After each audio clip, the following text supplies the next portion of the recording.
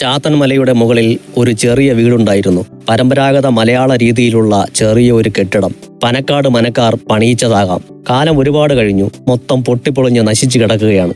ഇവിടെയാണിപ്പോ തങ്കന്റെ മദ്യ ബിസിനസ് സാമ്രാജ്യത്തിന്റെ ആസ്ഥാനം. കല്ലും മുള്ളും നിറഞ്ഞ പാത താണ്ടി വന്ന ഗിരിയുടെയും നന്ദുവിന്റെയും ശരീരമാകെ മുറിഞ്ഞിരുന്നു. തുടലിമുള്ളിൻ കാടുകളും ഉപ്പനച്ചൻ കാടുകളും അവരെ അത്രമേൽ സ്നേഹിച്ചിരുന്നു.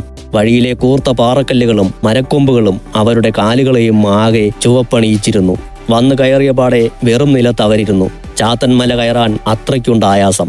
അവർ ആ പഴയ കൊട്ടാരത്തെ അത്ഭുതപൂർവ്വം നോക്കി. കാശിത്തിരി കുറവായിരുന്നുവെങ്കിലും എത്ര ആർഭാടത്തോടെയായിരുന്നു പഴയ തലമുറ ജീവിച്ചിരുന്നതെന്ന് വിസ്മയത്തോടെ അവർ കണ്ടറിഞ്ഞു.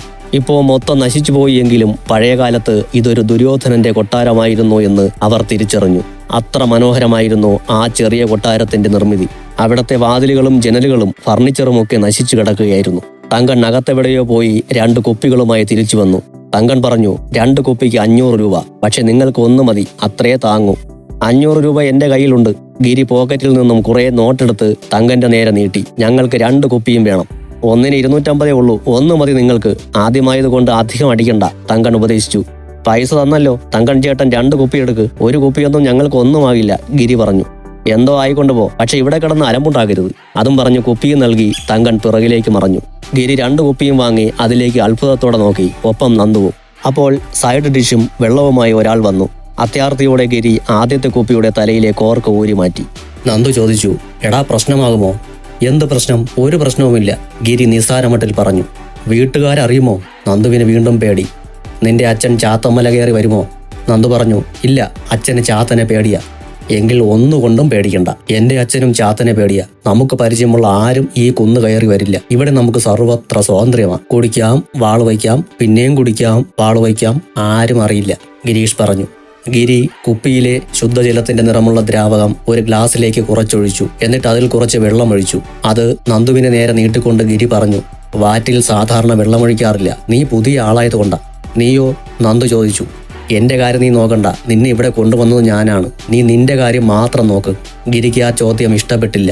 ഗിരി ഒരു കാര്യവുമില്ലാതെ പെട്ടെന്ന് വയലന്റാകും. ഗൗരവമുള്ള കാര്യമാണെങ്കിലും അല്ലെങ്കിലും. പക്ഷെ പെട്ടെന്ന് തണുക്കുകയും ചെയ്യും. ഒരു തരം ഇഞ്ചിക്കുന്നൻ. നന്ദു ആ ദ്രാവകം സ്വല്പം രുചിച്ചു നോക്കി. അയ്യോ, എന്ത് വൃത്തികെട്ട രുചി! അവൻ അലറി. മദ്യം എല്ലാവരും ആക്രാന്തത്തോടെ കുടിക്കുന്നത് കണ്ട് അത് രുചിയുള്ള എന്തോ ഒരു പാനീയമാണെന്നാണ് നന്ദു കരുതിയിരുന്നത്. ഒറ്റവലിക്ക് കുടിക്കടാ, അല്ലെങ്കിൽ ഛർദ്ദിക്കും എന്നലറിക്കൊണ്ട് ഗിരി അവന്റെ പിൻകഴുത്തിൽ പിടിച്ച് തല താഴ്ത്തി. മറ്റേ കൈകൊണ്ട് ഗ്ലാസ് അവന്റെ വായിലേക്ക് അമർത്തി പിടിച്ച് മുഴുവൻ മദ്യവും നന്ദുവിന്റെ ഉള്ളിലേക്ക് ഇറക്കി. നന്ദു ഓക്കാനിക്കാൻ ഒരുങ്ങിയപ്പോൾ ഗിരി പ്ലേറ്റിലുണ്ടായിരുന്ന നെത്തോലി വറുത്തത് കുറച്ചെടുത്ത് അവന്റെ വായിലേക്ക് ഇട്ടുകൊടുത്തു. നെത്തോലിയുടെ രുചി വായിൽ കിട്ടിയപ്പോൾ നന്ദു ഛർദ്ദിയിൽ നിന്ന് ഒരുവിധം രക്ഷപ്പെട്ടു. നന്ദു നിശ്വസിച്ചു, എന്റെ അമ്മോ. അടുത്തത് ഗിരിയുടെ ഊഴമായിരുന്നു.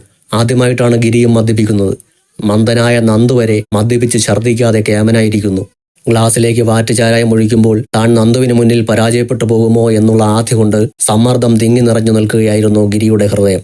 ഗിരി തന്റെ മനസ്സിൽ വന്ന ദൈവങ്ങളോടെല്ലാം അനുഗ്രഹം വാങ്ങിയ ശേഷം ആ ഗ്ലാസ് ചുണ്ടിലേക്ക് അമർത്തി. ആദ്യ രുചി കിട്ടിയപ്പോൾ തന്നെ താൻ സ്വപ്നങ്ങളിൽ കണ്ട മദ്യത്തിന്റെ രുചിയും ഇതുമായി ഒത്തുപോകുന്നില്ല എന്ന് ഗിരി മനസ്സിലാക്കി. ലോകത്തിലെ ഏറ്റവും വൃത്തികെട്ട രുചിയാണ് ഈ സാധനത്തിനെന്ന് തന്റെ കയ്യിലിരിക്കുന്ന നിറഞ്ഞ ഗ്ലാസ്സിലേക്ക് നോക്കി ഗിരി ചിന്തിച്ചു. ലോകത്തിലെ ഏറ്റവും വൃത്തികെട്ട രുചിയുള്ള സാധനമാണ് തന്റെ കയ്യിലിരിക്കുന്ന നിറഞ്ഞ ഗ്ലാസ്സിലുള്ളത് എന്ന് ഗിരിക്ക് മനസ്സിലായെങ്കിലും പിന്മാറാൻ ഗിരിക്ക് സാധ്യമല്ലായിരുന്നു. അവൻ 2 കൽപ്പിച്ച ആ ദ്രാവകം ഉള്ളിലേക്ക് കമഴ്ത്തി. എന്നിട്ട് വേഗം കുറച്ച് നെത്തോലി വറുത്തത് വായിലേക്കിട്ട് ഓക്കാനത്തെ പിടിച്ചു നിർത്തി. ആദ്യത്തെ പെഗടിച്ച ശേഷം നന്ദുവും ഗിരിയും മിണ്ടാതെ കുറച്ചുനേരം ഇരുന്നു. ആദ്യാനുഭവത്തിന്റെ പകപ്പിലായിരുന്നു അവർ. തലയ്ക്ക് ചെറിയ പെരുപ്പ് കയറിയതോടെ ആദ്യമടിച്ച നന്ദുവിന്റെ ചുണ്ടിൽ ഒരു ചെറു മന്ദഹാസം വിടർന്നു തുടങ്ങി. നന്ദു ഗിരിയെ നോക്കി മന്ദഹസിച്ചു. അല്ല, ഒരു ചെറു മന്ദഹാസം ഗിരിക്ക് നേരെ അവൻ എറിഞ്ഞു. ലഹരി തലച്ചോറിലേക്ക് പടർന്നു കയറിയ ഗിരി മറ്റൊരു മന്ദഹാസം കൊണ്ട് നന്ദുവിനെ നേരിട്ടു. എന്താണ് എന്നർത്ഥത്തിൽ ഗിരി മൂളി. ഒന്നുമില്ല എന്നർത്ഥത്തിൽ നന്ദുവിന്റെ മൂളൽ തിരികെ വന്നു. ഒന്നുകൂടെ ഒഴിക്കട്ടെ? ഗിരി ചോദിച്ചു.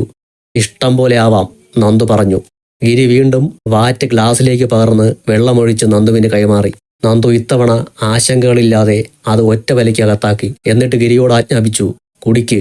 ഗിരി വെപ്രാളത്തോടെ കുപ്പിയിൽ നിന്ന് വാറ്റൊഴിച്ച് വെള്ളവുമായി മിക്സ് ചെയ്ത് വായിലേക്ക് കമഴ്ത്തി. ഭാഗ്യം, ഛർദ്ദിച്ചില്ല. 2ാമത്തെ പെഗടിച്ച ശേഷം ഗിരി നന്ദുവിനോട് അഭിമാനത്തോടെ പറഞ്ഞു, നമ്മൾ ഇന്റർനാഷണൽ കുടിയന്മാരായിരിക്കുന്നു. നമ്മുടെ ജീവിത ചരിത്രത്തിൽ ഇനി ഛർദി എന്ന കാര്യം ഇല്ല. നന്ദു അത് തലകുലുക്കി സമ്മതിച്ചു. ഫിറ്റായ ഗിരി പറഞ്ഞു. സത്യത്തിൽ നന്ദിനി നിന്നെയാ പ്രേമിക്കേണ്ടത്. അതെന്താ? നന്ദു ചോദിച്ചു. നന്ദു, നന്ദിനി, നിങ്ങളുടെ പേരുകൾ തമ്മിലാണ് സാമ്യം. ദൈവമാണ് പേരിടുന്നത്. നിങ്ങൾ ഒന്നാകണമെന്നാണ് ദൈവത്തിന്റെ ആഗ്രഹം. പക്ഷെ ആ ചെകുത്താൻ നിങ്ങളെ പിരിച്ചു, ഗിരി പറഞ്ഞു. എങ്ങനെ? നന്ദു അത്ഭുതപ്പെട്ടു. എടാ മണ്ട, ഇപ്പോ കണ്ണനും നന്ദിനിയും ഒന്നായില്ലേ? നീ പുറത്തായില്ലേ? നീയാണ് മണ്ടൻ. കണ്ണനും നന്ദിനിയുമായി യാതൊരു ബന്ധവുമില്ല. അതുപോലെ ഞാനും നന്ദിനിയുമായിട്ടും. നീ വെള്ളമടിച്ച് വെളിത്തരം പറയരുത്. നന്ദുവിന് കലി വന്നു. വെള്ളമടിച്ചിട്ടും നിനക്ക് വെളിവ് വന്നില്ല. ഒന്നുകൂടെ ഒഴിക്കട്ടെ? ഗിരീഷ് ചോദിച്ചു. വേണ്ട, എനിക്കിനി വേണ്ട. എടാ 2 കുപ്പിയാ വാങ്ങിയത്. ഒന്നെങ്കിലും തീർത്തില്ലെങ്കിൽ തങ്കൻ ചേട്ടൻ എന്ത് വിചാരിക്കും? എന്തോ വേണോ വിചാരിച്ചോട്ടെ. എടാ കാശ് എന്റേതാ, പക്ഷെ വയർ എന്റേത്. ഇനി കുടിച്ചാൽ ഞാൻ ഛർദ്ദിക്കും, നന്ദു തീർത്തു പറഞ്ഞു. പിന്നെ നമുക്ക് കുറച്ചു കഴിഞ്ഞ് കുടിക്കാം, ഗിരീഷ് തന്റെ തീരുമാനം പറഞ്ഞു. ഓ, നന്ദു സമ്മതിച്ചു. നിനക്ക് പിടുത്തമായോടാ നന്ദു? നന്ദു മൂളി. നിന്റെ മനസ്സിലിപ്പോ എന്താ? ഗിരീഷ് ചോദിച്ചു. മഴവില്ലുകൾ, സൂര്യൻ, മേഘങ്ങൾ, നന്ദു പറഞ്ഞു. വേറൊന്നുമില്ലേ? കാണുന്നില്ല. സ്ത്രീ? ഗിരി ചോദിച്ചു. ഉണ്ട്, അവളുടെ രാവുകൾ, സീമ. അത് പറഞ്ഞ് നന്ദു ഒന്ന് ചിരിച്ചു.